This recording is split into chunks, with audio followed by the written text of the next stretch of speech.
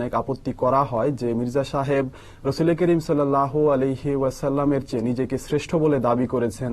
তিনি বলেছেন যে রসুল করিম সাল্লাল্লাহু আলাইহি ওয়াসাল্লাম সঠিকভাবে দ্বীন প্রচার করতে পারেননি, আমি তা সম্পূর্ণ করেছি। এই বিষয় নিয়ে তারা আপত্তি করে থাকে মির্জা সাহেবের বিরুদ্ধে। আমরা এর কি উত্তর দিব বা এর খণ্ডন কি, সেটি আপনি আমাদের দর্শকদের উদ্দেশ্যে বলবেন। ধন্যবাদ আপনাকে। মৌলানা সাহেব ঢাকা স্টুডিও থেকে যে উত্তর দিয়েছেন তার প্রশ্নের, তাতেই স্পষ্ট করেছেন যে যিনি যুগের মসিহ এবং মাহদি হওয়ার দাবি করেছেন, তার দৃষ্টিতে হজরত মোহাম্মদ রসুল্লাহ সাল্লাল্লাহু আলাইহি ওয়াসাল্লামের পবিত্র মকাম এবং মর্যাদা কী ছিল, কত বড় রসুল তিনি ছিলেন, কিভাবে নিবেদিত ছিলেন সেই রসুলের জন্য এবং তার ধর্মের জন্য হজরত মির্জা গোলাম আহমদ আলাইহিসসালাতু ওয়াসসালাম। সেখানেই এই প্রশ্নের উত্তর রয়েছে। কিন্তু তবুও আপনি যে প্রশ্ন উত্থাপন করেছেন বা আপত্তিকারীদের যে আপত্তি আপনি তুলে ধরেছেন, তার প্রেক্ষাপটে কিছু বলতে চাই। হজরত মসিহে মাউদ আলাইহিসসালাতু ওয়াসসালাম কোথাও এইভাবে কথাটা বলেননি যে রসুল করিম সাল্লাল্লাহু আলাইহি ওয়াসাল্লাম পারেননি, আমি পেরেছি। রসুল করিম সাল্লাল্লাহু আলাইহি ওয়াসাল্লাম ইসলাম ধর্ম প্রচারের কাজ শেষ করতে পারেননি, আমি সেটি পেরেছি আমার যোগ্যতা বলে। এই কথা হজরত মসিহ ইসলাম বলেননি। যারা এইভাবে কথা উত্থাপন করে মানুষকে বিভ্রান্ত করার জন্য, তারা মিথ্যা বলে। হজরত মসিহে মাউদ আলাইহিসসালাতু ওয়াসসালাম যুগের মাহদি এবং যুগের ঈসা, যার আগমনের সংবাদ হজরত মুহাম্মদ সাল্লাল্লাহু আলাইহি ওয়াসাল্লামের হাদিসে দেখা যায়। তিনি এক জায়গায় লিখেছেন এই সম্পর্কে যে যেহেতু মহানবী সাল্লাল্লাহু আলাইহি সাল্লামের উপর অর্পিত দ্বিতীয় আবশ্যকীয় দায়িত্ব ছিল হেদায়েতের প্রচার ও প্রসারের কাজকে পূর্ণতা দান করা। হেদায়েতের প্রচার এবং প্রসারের কাজ পূর্ণ করা, এটি রাসূলুল্লাহ সাল্লাল্লাহু আলাইহি ওয়াসাল্লামের দ্বিতীয় দায়িত্ব ছিল। প্রথম কাজ কী ছিল? প্রথম কাজ ছিল হেদায়েতটা সম্পূর্ণ করা। হজরত এর যতটুকু সম্পর্ক আছে আমরা জানি, সবাই জানে, সবাই মানে যে হজরত মুহাম্মদ রাসূলুল্লাহ সাল্লাল্লাহু আলাইহি ওয়াসাল্লামের পবিত্র সত্তায় হেদায়েত এবং শরীয়ত পরিপূর্ণতা লাভ করেছে, পারফেকশন পেয়েছে।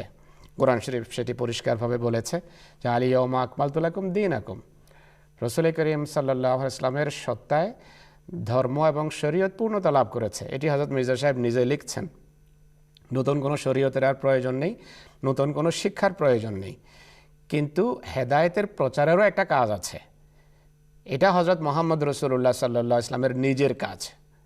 মুহাম্মদ রাসূলুল্লাহ সাল্লাল্লাহু আলাইহি ওয়াসাল্লামের জীবন এক মানুষের জীবন ছিল এবং মানুষের জীবন সীমিত হয়ে থাকে। সেই সীমিত জীবন কাটিয়ে হযরত রাসূল করিম সাল্লাল্লাহু আলাইহি ওয়াসাল্লাম পৃথিবী থেকে বিদায় নিয়েছেন। এই ব্যাখ্যায় গেলে এটা পড়া হবে না, তাই আমি এখানে পড়ে দিই যে প্রচারের যে কাজটা আছে সেই সম্পর্কে হজরত মির্জা গোলাম আহমদ আলাইহিসসালাতু ওয়াসসালাম, ইমাম মাহদি আলাইহিসসালাতু ওয়াসসালাম, যার সম্পর্কে অপবাদ এবং আপত্তি উত্থাপন করায় তিনি লিখেছেন যে এই যে প্রচারের প্রেক্ষাপটটা, এই প্রেক্ষাপটে পবিত্র প্রথম যুগে প্রচারের কাজটা উপায় উপকরণ না থাকার কারণে বাস্তবায়ন সম্ভব হয়নি। এটি একেবারে বাস্তব সত্য কথা।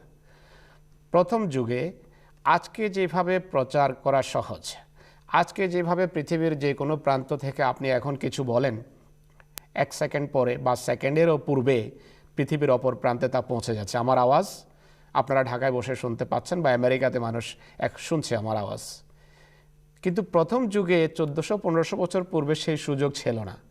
শুধু এই বাস্তব সত্যটাই হজরত মির্জা গোলাম আহমদ আলাইহিসসালাতু ওয়াসসালাম তার লেখাতে উল্লেখ করেছেন যে আমাদের প্রিয় মনিবের যুগে ধর্মের প্রচারের কাজটাও তারই কাজ, কিন্তু সেই যুগে উপায় উপকরণ না থাকার কারণে সেটি সম্ভব হয়ে ওঠেনি। তো এটি কখন হবে? তিনি বলছেন এই জন্যই পবিত্র কোরআনে আয়াত ওয়া আখারিনা মিনহুম লাম্মা ইয়ালহাকু বিহিম এর মাঝে হুজুরে করিম সাল্লাল্লাহু আলাইহি সাল্লামের পুনরায় আগমনের প্রতিশ্রুতি দেওয়া হয়েছে। অর্থাৎ রসুল করিম সাল্লাল্লাহু আলাইহি সাল্লামের একটা দ্বিতীয় আগমন হবে। আগমন হজরত মুহাম্মদ রাসূলুল্লাহর, অন্য কোনো ব্যক্তির না, মির্জা গোলাম আহমদ আলাইহিসসালাতু ওয়াসসালামের না, মুহাম্মদ রাসূলুল্লাহর আগমন হবে। আর সেটি কিভাবে হবে আমরা এই প্রোগ্রামে শত শতবার উল্লেখ করেছি। বুখারীতে উল্লেখ আছে সাহাবীদের সামনে যখন সেই সূরা জুমার আয়াতটা যখন পাঠ করা হলো যে ওয়া আখারিনা মিনহুম লাম্মা ইয়ালহাকু বিহিম ওয়া হুয়াল আজিজুল হাকিম, যে আল্লাহ তাআলা মুহাম্মদ সাল্লাল্লাহু আলাইহি সাল্লামকে একবার প্রেরণ করেছেন আরবের নিরক্ষরদের মাঝে, এরপর রসুল করিম সাল্লাল্লাহু আলাইহি সাল্লামের আগমন আখারিনদের মাঝে হবে, আরও একটি জামাতের মাঝে যারা এখনও প্রথম যুগের সাহাবীদের সাথে মিলিত হয়নি। লাম্মা ইয়ালহাকু বিহিম, সাহাবীরা জিজ্ঞেস করেছেন যে হে আল্লাহ রসুল, তারা কারা? মানহুম ইয়া রাসূলুল্লাহ। বুখারীর হাদিসের বাক্য এটি। এই প্রশ্নের উত্তরে রসুল করিম সাল্লাল্লাহু আলাইহি সাল্লাম বলেছেন যে এক ব্যক্তির আগমন ঘটবে, তার পাশে উপবিষ্ট অনারব পারস্যবংশীয় এক সাহাবী হযরত সালমান ফার্সির কাঁধে হাত রেখে বলেছিলেন যে একসময় ঈমান পৃথিবী থেকে হারিয়ে যাবে, এই ব্যক্তির বংশ থেকে এক বা একাধিক ব্যক্তি সেই ঈমানকে পৃথিবীতে ফিরিয়ে আনবে। তো রসুল করিম সাল্লাল্লাহু আলাইহি ওয়াসাল্লামের একটা দ্বিতীয় আগমনের সংবাদ হযরত মুহাম্মদ সাল্লাল্লাহু আলাইহি ওয়াসাল্লাম আল্লাহর পক্ষ থেকে সংবাদ পেয়ে নিজেই দিয়েছেন। সেই যুগে রসুল করিম সাল্লাল্লাহু আলাইহি ওয়াসাল্লামের ধর্মের প্রচার এবং প্রসারের কাজ পূর্ণতা লাভ করার কথা। শুধু এই কথাটা হযরত মির্জা গোলাম মোহাম্মদ আলাইহিস সালাম লিখেছেন যে প্রথম আগমনের সময় যেহেতু উপকরণ ছিল না, তাই তার একটা দ্বিতীয় আগমনের সংবাদ কোরআন শরীফে আছে। আর দ্বিতীয় আগমন কিভাবে হবে? রাসূলুল্লাহ নিজেই বলেছেন যে বুরুজি রূপে, তার প্রতিচ্ছায়া রূপে, তারই মান্যকারীদের মধ্য থেকে এক ব্যক্তি আসবেন। তার আগমন মুহাম্মদ রাসূলুল্লাহর আগমন, প্রতিচ্ছবি হিসাবে তিনি আসবেন, এসে মুহাম্মদ রাসূলুল্লাহর কাজ করবেন। এই কথাটাই শুধু তিনি বলেছেন। এটিকে নিয়ে তুল কালাম কাণ্ড ঘটানো, এটি ধর্ম ব্যবসায়ী মৌলবীদের কাজ। আর তারাই বলে, মির্জা সাহেব বলেছেন যে রাসূলুল্লাহ পারেননি, আমি ধর্ম প্রসারের কাজ সম্পূর্ণ করেছে। অথচ কোরআন শরীফের আয়াতের তাফসির করতে গিয়ে এদেরই মৌলবীরা, দেওবন্দি মৌলবীরাই নিজেদের তাফসিরে লিখেছে সূরা ফাতহার আয়াত, হুয়াল্লাযী আরসালা রাসূলাহু বিল হুদা ওয়া দীনিল হক লিইয়ুযহিরাহু আলা দ্বীনি কুল্লিহি, যে আল্লাহ তাআলা হযরত মুহাম্মদ রাসূলুল্লাহ সাল্লাল্লাহু আলাইহি ওয়াসাল্লামকে পাঠিয়েছেন পৃথিবীর সকল ধর্মের উপর ইসলাম ধর্মকে জয়যুক্ত করার জন্য।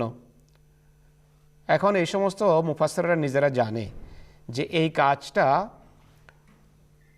স্বয়ং মুহাম্মদ রাসূলুল্লাহর রক্ত মাংসের পবিত্র দেহ যখন পৃথিবীতে ছিল সেই যুগে এটি পূর্ণতা লাভ করেনি।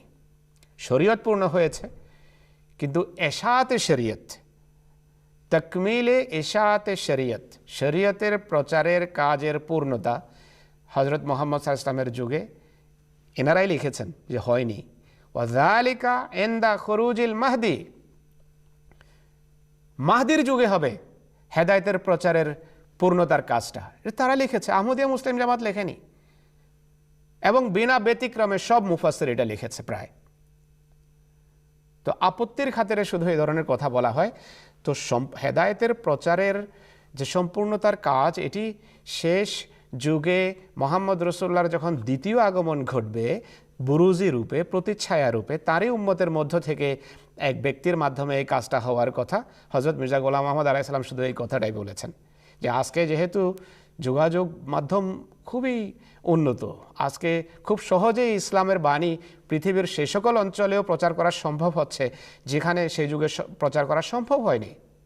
তো এটি তিনি বলেছেন, কিন্তু আপত্তিকারীকে আপনি কিভাবে বোঝাবেন? আমরা তো বারবার এখানে তুলে ধরার চেষ্টা করছি। আল্লাহ তাআলা মানুষের চোখ খুলুন, কান খুলুন, হৃদয় খুলুন, যে এই ধরনের যারা অযথা বিভ্রান্তি ছড়ায় তাদের কথা শুনে গবেষণার দিকে যান, যে কথার আসল অর্থ কি, আসল মর্ম কি, যিনি কথা বলেছেন কিভাবে বলেছেন।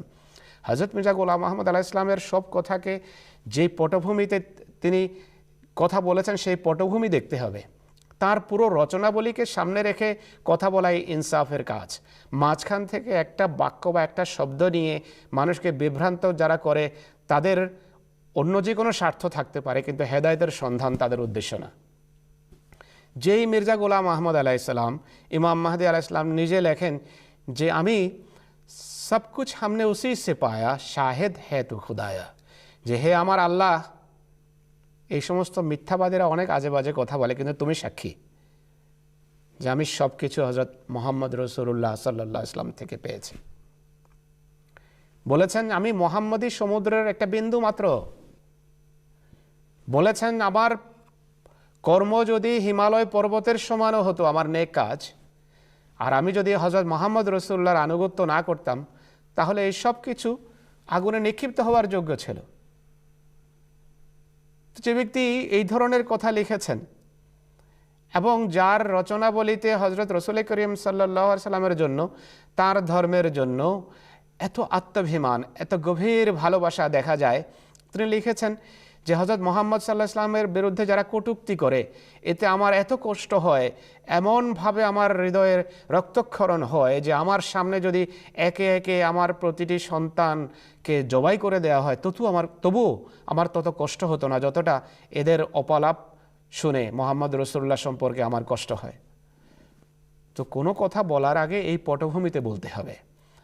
আর জামাতে আহমদিয়ার কোনো ব্যক্তির কোনো দুর্বল বাক্য কিন্তু জামাতে আহমদিয়ার সত্যতার বা মিথ্যা হওয়ার সনদ হতে পারে না। জামাতে আহমদিয়া সম্পর্কে যদি কিছু বলতে হয়, জামাতে আহমদিয়ার প্রতিষ্ঠাতা এবং জামাতে আহমদিয়ার যারা সত্য খলিফা তাদের উক্তির পটভূমিতে বলতে হবে। আমি যে কোনো কিছু বলতে পারি, এটি জামাতে আহমদিয়ার সত্য হওয়া মিথ্যা হওয়ার সনদ নয়। জামাতে আহমদিয়াকে সত্য এবং মিথ্যা যদি প্রমাণ করতে হয়, হযরত মির্জা গোলাম আহমদ আলাইহিস সালাম যিনি যুগের মাহদী হওয়ার দাবি করেছেন তার রচনাবলীর আলোকে বলতে হবে এবং তার খলিফাদের কথার আলোকে বলতে হবে। কোনো ব্যক্তি অনেক সময় ভালোবাসার আতিশয্যে বা কারো কোনো কাজ দেখে হঠাৎ করে এমন কিছু বলে বসেন যেটা তার মানে আবেগেরই একটা চরম বহিঃপ্রকাশ হয়ে থাকে, কিন্তু সেটিকে জামাতে আহমদিয়া সংক্রান্ত কোনো দুর্বল বাক্য হিসেবে নিয়ে মানুষের সামনে উপস্থাপন করা এটি সততার পরিচয় নয়। তো এই বিষয়ে ডিটেইলে আমি যাচ্ছি না, শুধু ইঙ্গিতে একটা কথা বললাম যে এই দিকটাও সামনে রাখতে হবে। তো আপনার কথার উত্তর হলো, যারা এই ধরনের কথা বলে তারা মিথ্যা বলে, আর যারা এই ধরনের কথা শুনে তাদের গবেষণা করা উচিত যে জামাতে আহমদিয়ার আসল অবস্থান কী।